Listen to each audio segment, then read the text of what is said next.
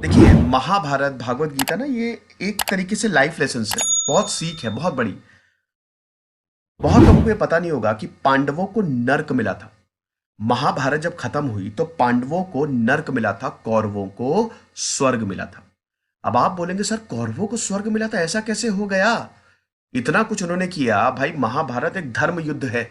भगवान कृष्ण, भगवान तो अच्छाई का ही साथ देते हैं ना। तो फिर पांडवों को नर्क क्यों मिला? बने रहिए मेरे साथ, मैं आपको इसमें बताता हूं और एक बहुत बड़ी सीख दूंगा। लास्ट में इतना जबरदस्त मॉरल आपको मिलेगा ना, आंखें खुल जाएंगी आप। और लेक्चर को आखिरी तक देखिएगा। ये महाभारत एक धर्म युद्ध था, आपको पता ही है।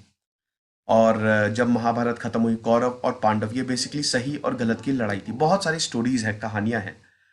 भगवान कृष्ण अर्जुन के सारथी थे, पांडवों के साथ थे। आपको पता है कि जब ये चॉइस थी, कृष्ण ने चॉइस दी थी। मतलब जब इधर अर्जुन थे और इधर दुर्योधन था, तो दोनों ही गए कृष्ण के पास और उन्होंने बोला कि आप हमारे साथ, मतलब दोनों कन्विंस करना चाहते थे भगवान कृष्ण को कि आप हमारे साथ आ जाए। तो भगवान कृष्ण ने दुर्योधन को बोला, बहुत लंबी चौड़ी कहानी है, मैं थोड़ा सा आपको बताऊंगा जब मैं भागवत गीता पे पूरा लेक्चर लूंगा। तो भगवान कृष्ण ने यह बोला दुर्योधन से और अर्जुन से, दोनों को ये चॉइस दी।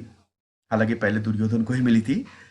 तो दोनों को ही ये चॉइस थी कि देखो, मैं युद्ध में हथियार नहीं उठाऊंगा, है ना। और मैं कुछ नहीं, मैं सिर्फ सारथी रहूंगा, गाइड करूंगा बस, और कुछ मेरा रोल होगा नहीं युद्ध में। और ऑन दी अदर हैंड, एक तरफ मेरी बहुत बड़ी सेना है, वो सेना का आप यूज कर सकते हो। बहुत बड़ी, मतलब भयानक सेना है। तो देख लो क्या चुनना है। मुझे चुनना है कि मेरी वेल्थ, मेरी सेना जो आपका साथ देगी इस युद्ध में। दुर्योधन ने भगवान कृष्ण की सेना चुनी और अर्जुन ने भगवान कृष्ण को स्वयं चुना। अब इससे बहुत बड़ी सीख ये मिलती है कि हमेशा वैल्यू के ऊपर जाओ, कि कौन कितना ज्यादा वैल्यू आपको दे रहा है। भले ही वो आपका डायरेक्टली साथ ना दे, इनडायरेक्ट भी अगर बहुत ज्यादा फायदा मिल रहा है तो बेटा उसके ऊपर जाओ। मेटीरियलिस्टिक वर्ल्ड को इतना ज्यादा महत्व नहीं देना चाहिए। एनीवे, तो हुआ क्या कि यहां पे जब महाभारत खत्म हुई, धर्म युद्ध खत्म हुआ, तो धर्म स्थापित हुआ। तो अब पांडवों ने 36 साल तक रूल किया। हस्तिनापुर के रूलर थे, लोग बड़ा प्यार करते थे उनसे। कौरवों को खत्म किया। अब हम ये देखते हैं कि परीक्षित परीक्षित जो था, अभिमन्यु का बेटा था, अर्जुन का पोता था। तो परीक्षित जो था, ऐसा बोलते हैं कि परीक्षित के बाद ही फिर मतलब कलयुग शुरू हो गया। कलयुग की शुरुआत ही वहां से होती है। तो परीक्षित को अपना पूरा राजपाट सौंप के वो स्वर्ग की ओर चले गए। ये अब सही वक्त है, वनप्रस्थ की ओर हमको चलना चाहिए।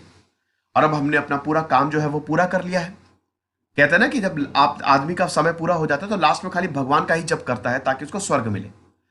लेकिन स्वर्ग नर्क दोस्तों क्या है? ये सिर्फ कर्म है। आपके कर्म, ये साइंटिफिक है पूरा का पूरा। जैसे कर्म होंगे ना, कर्म और धर्म आपने जैसा किया है, जिंदगी भर सबको परेशान किया है, और आप सोच रहे हैं कि हम बहुत बढ़िया, हमारा आखिरी में सब कुछ रहेगा, तो ऐसा होता नहीं है, ऐसे चलता नहीं है। यूनिवर्स का लॉ ही नहीं है ऐसा। और महाभारत यूनिवर्स को ही समझाता है कि यूनिवर्स कैसे काम करता है, भागवत गीता भी। तो हुआ क्या कि जो हम ये देखते हैं कि जब पांडव ने अपना पूरा राजपाट खत्म किया, उसके बाद फिर उन्होंने बोला कि परीक्षित को अब हम राजपाट सौंप के स्वर्ग की ओर जाते हैं। तो स्वर्ग की ओर गए कौन? पांडव। पांडव कौन? सबसे बड़े युधिष्ठिर, भीम, अर्जुन, सहदेव, नकुल और उनके साथ उनकी पत्नी द्रौपदी, है ना। तो अब हम ये देखते हैं कि 36 साल तक पूरा रूल किया और उसके बाद मेरू माउंटेन थी, वहां पे चले गए। स्वर्ग लोग, स्वर्ग की जो सीढ़ी है ना, वहां पे गई है कि अब हमको स्वर्ग की प्राप्ति होगी। पांचों लोग गए, साथ में उनके साथ कुत्ता भी हो लिया। हालांकि इस कुत्ते की स्टोरी अलग है, उसको मैं अलग लेक्चर में सब कवर करूंगा। कि कुत्ते को कोई वो नहीं था, मतलब कोई पहचानता नहीं था। मतलब ऐसा नहीं है कि कुत्ता पाला था, वो अपने आप साथ हो लिया। तो ये टोटल 7 लोग थे, 5 पांडव, द्रौपदी और आपका कुत्ता। तो अब शुरू होती है ट्रेकिंग। बहुत ही स्टीप माउंटेन है, मतलब 90, आप देख सकते हैं ना, इस तरीके की माउंटेन थी। मेरू जो है वो बहुत ही स्टीप। तो द्रौपदी जो है वो गिर गई। सबसे पहले जो जिनका जिनका देहांत हुआ वो थी द्रौपदी। द्रौपदी नीचे गिर गई और जब ऐसा हुआ, आप देख सकते हैं ये सीन डिपिक्ट किया गया है, जब ऐसा हुआ तो सब लोग बहुत परेशान कि अरे ये क्यों गिरी, इसको तो हमारे साथ स्वर्ग में जाना था, है ना।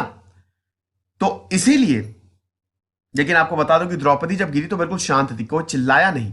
देखिए युधिष्ठिर जो है ना वो धर्मराज थे, सच्चाई का साथ देते थे, तो युधिष्ठिर हमेशा बैलेंस रहते थे। बाकी अर्जुन, भीम और वो सब चौके, नकुल सहदेव चौके, लेकिन युधिष्ठिर नहीं चौके। तो जब द्रौपदी नीचे गिरी तो यहां पे जब पूछा गया कि ऐसा क्यों हुआ, द्रौपदी नीचे क्यों गिरी, तो युधिष्ठिर जो थे उनको तो सब मालूम ही था। तो एक्सप्लेनेशन ये है, बहुत सारे रीजन है लेकिन उसमें एक सबसे बड़ा रीजन ये है कि द्रौपदी जो है, जब द्रौपदी की पांडवों से शादी हुई तो पांचों पतियों को उनको इक्वली प्यार करना था, लेकिन अर्जुन के लिए, अर्जुन के लिए सबसे ज्यादा प्यार था। द्रौपदी ने सबसे ज्यादा प्रेफरेंस अर्जुन को दी। बाकी अदर हस्बैंड्स के साथ उन्होंने खाली ड्यूटी निभाई। कहते हैं ना कि प्यार तो एक ही से होता है, बाकी तो सब सेटिस्फैक्शन है, ड्यूटी निभाते हैं, तो वही था। तो अर्जुन से सबसे ज्यादा उन्होंने प्यार किया, लेकिन ये इनके धर्म का हिस्सा नहीं था। धर्म के हिसाब से इनका धर्म क्या था कि पांचों पतियों को ये इक्वली प्यार करें। साथ ही साथ जब इनको पता चला कि कर्ण भी पांडवों के ही भाई है, मैं आपको बता दूं कि मेरे सभी के फेवरेट कैरेक्टर, मेरे फेवरेट कैरेक्टर महाभारत में कर्ण है। उनका कैरेक्टर इस तरीके से है कि वो सबसे महान अपने आप ही हो जाते हैं। तो कर्ण जो है, जब उनको पता चला कि कर्ण भी कुंती पुत्र हैं, तो थोड़ा उनका झुकाव उनकी तरफ भी हो गया कि मैं उनको क्यों नहीं हो, मतलब मैं उनकी क्यों नहीं हो सकती द्रौपदी में, को ये ख्याल आने लगे। तो इसलिए द्रौपदी जो है वो मरी सबसे पहले। उसके बाद हम ये देखते हैं कि पांचों भाइयों में से जो सबसे छोटे हैं सहदेव, सहदेव गिरे। सहदेव बहुत ही ज्यादा नॉलेजेबल थे। ये एक्सप्लेनेशन दिया युधिष्ठिर ने, ये बताया जाता है कि सहदेव बहुत ज्यादा नॉलेजेबल थे, हद से ज्यादा सेल्फ सेटिस्फाइड थे, हद से ज्यादा self satisfied. He was actually a smug about his knowledge, कि वो इतना ज्यादा, उनको ज्यादातर चीजें पता रहती थी, वो बहुत ही ज्यादा, मतलब एक तरीके से इम्परफेक्ट, ठीक है, अपनी नॉलेज, मतलब वो इतना ज्यादा, उनको ऐसा होता है ना कि आप समझ नहीं पा रहे। मैं आपको बताता हूं कि आप कुछ सीखने की कोशिश नहीं करते हैं, आपको लगता है कि आप घमंड में आ गए कि मुझे सब पता है, ऐसा था। तो इसीलिए सहदेव, फिर आए नकुल। नकुल इम्परफेक्ट इसलिए थे क्योंकि वो थोड़े एरोगेंट थे। नकुल मरे उसके बाद, वो एरोगेंट बहुत ज्यादा थे, और वो ऐसा बोला जाता था ना कि नकुल जो है वो बहुत ही खूबसूरत थे, दुनिया के सबसे खूबसूरत जो थे वो नकुल थे। तो वो अपने लुक्स को लेके इतना ज्यादा एरोगेंट थे कि अपने से ज्यादा किसी को खूबसूरत ही नहीं समझते थे, वो गिरे। उसके बाद अर्जुन। अब अर्जुन यहां पे बड़ा इंपॉर्टेंट कैरेक्टर है, महाभारत में सबसे मेन कैरेक्टर है अर्जुन। भागवत गीता भी अर्जुन के ही अराउंड रिवॉल्व करती है। अर्जुन को मैं बाद में बताता हूं, मतलब इसके बाद तो अर्जुन गिरे, लेकिन फिर भीम गिरे। भीम इसलिए इम्परफेक्ट थे क्योंकि he was actually a glutton, हद से ज्यादा खाते थे, इतना ज्यादा खाते थे, इतना मतलब कहीं पे मिल जाए खाना शुरू कर दिया। प्लस भीम जो थे, एक और चीज थी, वो दूसरों की मुसीबतों से खुशी लेते थे। जैसे कोई दुखी होता था, ठीक है, तो ऐसा उनका था, इस तरीके की सिचुएशन कि उनको अच्छा लगता था, ठीक है, वो चाहते थे कि एकदम चीर फाड़ दे। जब दुर्योधन को भी मारे तो इतना बुरा मारे कि गए काम से। तो इसलिए फिर यह, हालांकि सेकंड पे थे जो मरे, अर्जुन जब मरे, अर्जुन का बहुत बेहतरीन रीजन दिया जाता है। अर्जुन इसलिए मरे क्योंकि वो सबसे जलते थे, मतलब एक तरीके से, सबसे नहीं, मतलब एक तरीके से थोड़ी सी जेलसी की भावना थी। कंपटीशन उनको ज्यादा पसंद नहीं था। उनको लगता था कि वो दुनिया के सबसे बेहतरीन तीरंदाज है, आर्चर है, उनसे अच्छा धनुष बाण कोई चलाता ही नहीं है।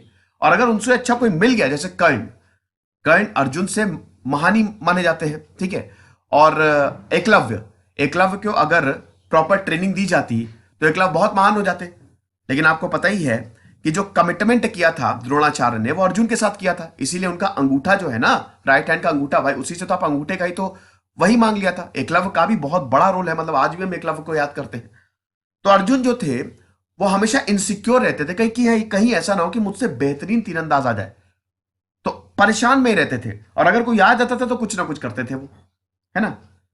तो इसलिए सिर्फ युधिष्ठिर ही ऐसे थे, हालांकि युधिष्ठिर में भी फ्लॉ था, वो भी हम आपको बताते हैं। युधिष्ठिर ऐसे थे जो स्वर्ग की सीढ़ियों तक पहुंचे। और तो युधिष्ठिर और उनका कुत्ता, तो जब युधिष्ठिर पहुंचे देवलोक में, तो देव राजेंद्र आए, देवलोक के कर्ता धर्ता इंद्र, इंद्र आए। तो इंद्र जब युधिष्ठिर से मिले, बहुत अच्छे गर्मजोशी से स्वागत किया। तो जब युधिष्ठिर इंद्र की असेंबली में गए तो युधिष्ठिर का मूड खराब। लॉर्ड देखिए, ये जो है ना, इनका रथ था, इनको लेने आए थे, ठीक है, देवलोक में। अब युधिष्ठिर जब स्वर्ग में गए और जब असेंबली में गए तो मूड खराब है युधिष्ठिर का। युधिष्ठिर क्या देख रहे हैं? कौरव सब बैठे हुए हैं, सबके सब कौरव। सबसे पहले युधिष्ठिर बैठा हुआ है, बहुत ही एरोगेंस जैसा हमेशा उसमें था। दुशासन उसके बगल में बैठा हो, शकुनी बैठे हुए हैं, सारे भाई 100 के 100 भाई बैठे हैं। मूड खराब हो गए यहां पे। दुर्योधन, भीष्म, द्रोणाचार्य, सबके सब। वो उनको लगा, युधिष्ठिर को लगा कि यहां पे युधिष्ठिर जैसे ही अंदर गए तो सबसे पहले उन्होंने बोला कि मेरे भाई भाई कहाँ है और मेरी पत्नी कहाँ है। तो भाई पत्नी कहीं मिली ही नहीं। इंद्र ने बोला, अरे यार रुको, अभी पहले थोड़ा सा एक टूर मार लो। फिर इंद्र टालने की कोशिश कर रहे थे, लेकिन युधिष्ठिर ने बोला, नहीं, मुझे वही उन्हीं को ही देखना है। तो जब उन्होंने देखा दुर्योधन को और कौरवों को तो उनका मूड को गुस्सा आ गया वो कि ये क्या है, मेरे रिश्तेदार कहां हैं? कर्ण भी नहीं थे, आपको बता दूं, मेरे रिश्तेदार कहां हैं? तब उसके बाद क्या हुआ कि यहां पे एक्सप्लेन किया गया, देखो बेटा, सब कुछ कर्म पे निर्भर करता है। जब बहुत ज्यादा प्रेशर डाला तो फिर उनको ले जाया गया, मतलब युधिष्ठिर वहां गए जहां पे द्रौपदी और बाकी 4 पांडव थे, मतलब बाकी 4 थे। वो जगह थी नर्क। तो युधिष्ठिर को पहले नर्क में ले जाया गया, और बहुत ही खतरनाक नर्क का मतलब जिस तरीके से डिस्क्रिप्शन दिया है, महाभारत का कुरुक्षेत्र में युद्ध हुआ तो उससे भी खतरनाक। और वहां पे उनको टॉर्चर किया जा रहा था। तो युधिष्ठिर ने एक्सप्लेनेशन मांगा। तो यहां पे इंद्र आए, इंद्र प्रकट हुए और एक्सप्लेन किया कि देखो यार, ऐसा है, ये सब धर्म और कर्म पे डिपेंड करता है, ठीक है। कर्म कैसे थे वो आपको अभी मैंने आपको बता दिया, ठीक है, किस क्या उसमें सबसे बड़ा दिक्कत था। कर्म का जो हिसाब किताब है, जैसे एक अकाउंटेंट होता है ना बैंक में, तो कर्म का हिसाब किताब चित्रगुप्त रखता है। और आपको पता ही है कि लॉर्ड यम जो है, यमराज, वो गॉड ऑफ डेथ माने जाते हैं। तो यमराज ने युधिष्ठिर को यह बताया, मैंने शायद इंद्र बोल दिया था, आई एम सॉरी, कि जो कौरव की मृत्यु हुई ना, वो एज अ वॉरियर हुई और they died on the battlefield. Kaurava चाहते तो पीछे हट सकते थे, लेकिन एक भी कौरव पीछे नहीं हटा। जो उन्होंने बोला उस पे अड़िग रहे वो, शुरू से लेकर आखिरी तक, स्पेशली दुर्योधन। इनफैक्ट जब दुर्योधन को यह तक पता था कि हम युद्ध हार गए हैं, मेरे सारे भाई मर गए हैं, उसके बावजूद दुर्योधन पीछे नहीं हटा, उसने समझौता नहीं किया। मतलब अपने पथ पे वो अड़िग था, वो इतना ज्यादा डिटरमिन्ड था। दे डाइड ऑन द बैटलफील्ड, इसीलिए इनकी क्रेडिट और मेरिट बहुत ही ज्यादा है। और जो भी डेट्स हैं वो सब हमने वाइप आउट कर दिए। तो ये हुआ। तो इसकी सबसे बड़ी मॉरल ये है कि अगर आप अपने पथ पे हैं, कोई भी काम कर रहे हैं, अगर वो दृढ़ता से आप कर रहे हैं और डिटरमिन्ड है, तो यकीन मानिए कि भगवान भी आपका साथ देते हैं। तो यही बोला जाता है। हालांकि देखिए, बहुत different version of the stories है, मैं आपको मोस्ट एक्सेप्टेड बता रहा हूं। और भी वर्जन है। एक वर्जन ये कहता है कि शायद युधिष्ठिर और कौरव में कभी युद्ध हुआ ही नहीं, बट मोस्ट एक्सेप्टेड यही है। और कुत्ते की कहानी मैं आपको बताऊं अगले लेक्चर में। तो यही बोला गया कि तो मतलब मॉरल ऑफ द स्टोरी यही है कि अच्छा बुरा कुछ है ही नहीं। जरूरी नहीं है कि कोई इंसान अगर आपके लिए बहुत बुरा हो, वो दूसरों के लिए भी बुरा हो सकता है वो दूसरों के लिए बहुत अच्छा हो। एक और वर्जन ये दिया जाता है कि कौरवों से उनकी पब्लिक बहुत बढ़िया थी। कौरव जिस तरीके से रूल करते थे, पब्लिक बहुत खुश थी उनसे। जरूरी थोड़ी ना कि आपके साथ उन्होंने बुरा किया तो सबके साथ उन्होंने बुरा किया। और युधिष्ठिर को भी यहां पे, युधिष्ठिर बहुत ही ज्यादा गुस्से में आ गए, तो युधिष्ठिर को भी जो उन्होंने किया उसका दंश झेलना पड़ा। यहां पे एक्सप्लेनेशन ये दिया जाता है, देवों ने युधिष्ठिर से ये बोला कि अभी भी आप सेल्फ सेटिस्फाइड नहीं हो, 36 साल हो गए रूल करते हुए, लेकिन आपने कौरवों को जो मारा था एक बार भी, मतलब आप सेटिस्फाइड नहीं हुए, मतलब आपने उनको माफ नहीं किया। अभी भी वो गुस्सा लेके आप अपने मन में घूम रहे हो।